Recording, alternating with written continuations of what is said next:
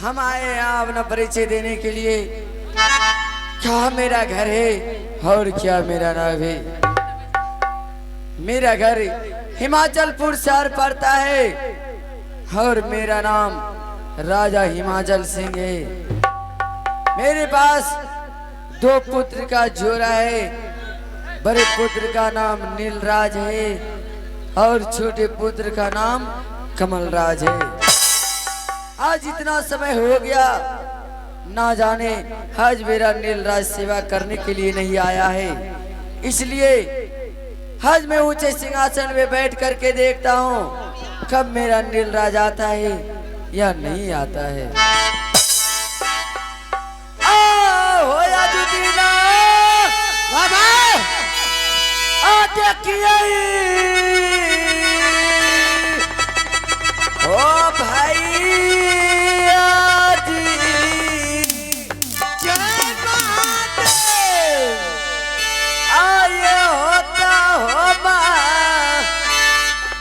हला मैं हो बहन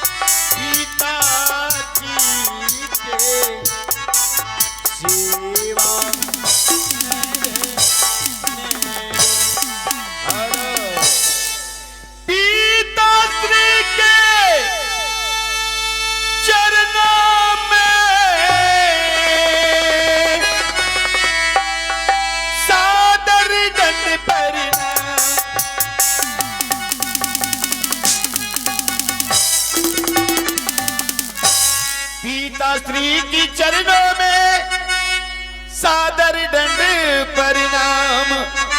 किजले मन से आशीष पिताजी रहूं मैं जाके महान।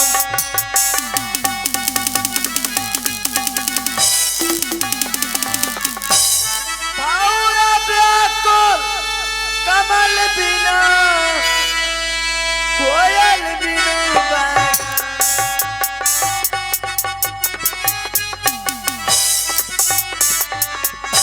बाउरा व्याकुल कमल बिना कि कोयल बिनु बगान।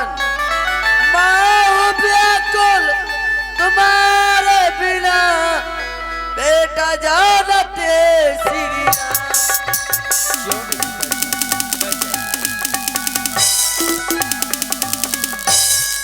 श्री आज हम दोनों प्राणी को भोजन लेके आने में विलंब हुआ। उस विलंब के लिए हम आपसे माफी मांगते हैं। देखो कोई बात नहीं है, आज लेट शीट होता ही रहता है।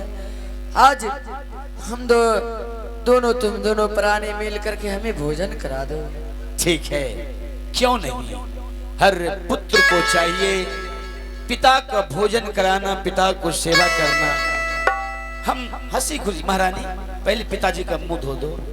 ठीक है स्वामी जी, मैं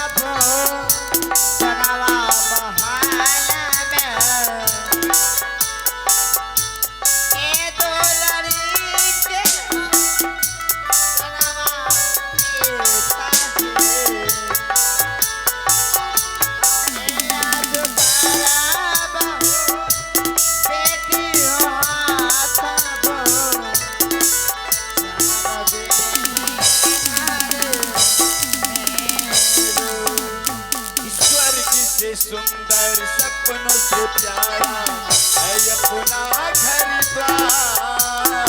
स्वर्ग से सुंदर सपनों से प्यारा है अपना घर।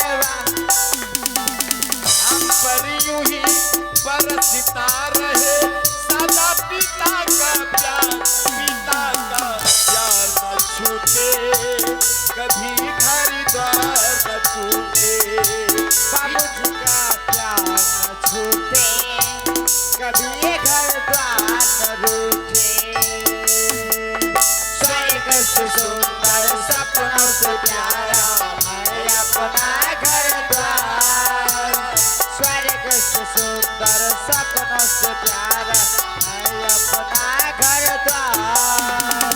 हम पर यही बरसता रहे सदा पिता का प्यार, पिता का प्यार न रूठे, कभी ये घर द्वार न छूटे।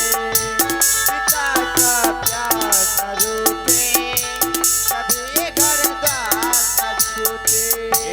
पिता का प्यार न छूटे, कभी घर द्वार न टूटे।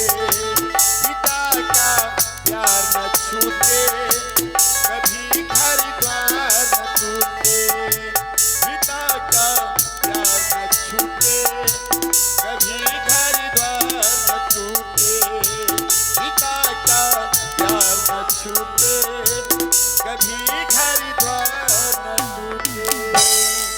अरे वाह पिताश्री, जब जब मैं आपके चरणों में आता हूं तो ना जाने आपकी सेवा करने में मुझे ऐसा एहसास होता है कि हम किसी ईश्वर का सेवा कर रहे हैं। क्यों नहीं पुत्र नीलराज। चलो पिताजी, आप भोजन कर लिए हैं? हाँ प्रणाम भैया। अरे खुश रहो। प्रणाम पिताजी। प्रणाम भाभी। अरे वाह, थोड़ा देर पहले तू भी आता कमल तो अपने हाथों से पिता का कुछ न कुछ भोजन कराता। क्या भैया, पिताजी ने भोजन कर लिए भैया? हाँ कमल राज, पिताजी भोजन कर लिए। ठीक है भैया, आज मैं पिताजी से कुछ बातें करने के लिए चाहता हूँ भैया। अचानक हाँ भैया। पिता से बात?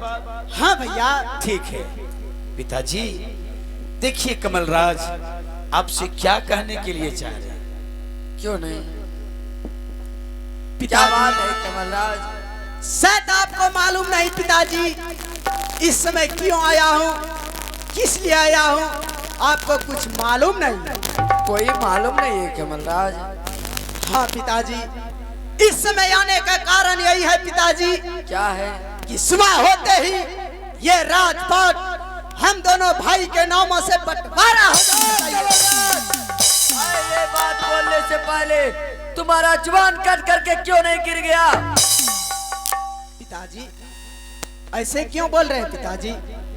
ऐसे मैं इसलिए बोल रहा हूँ पिताजी, हाँ जब भी बोले भंटे इस दरबार में आता हूँ, अच्छा। आपके मुखारबिंद से सिर्फ एक ही शब्द सुनता हूँ, हाँ। पुत्र चाहिए तो नील जैसा, कमल पुत्र नहीं तो कपूत है पिताजी, जो मेरे बारे में इस तरह से बातें करते हैं पिताजी।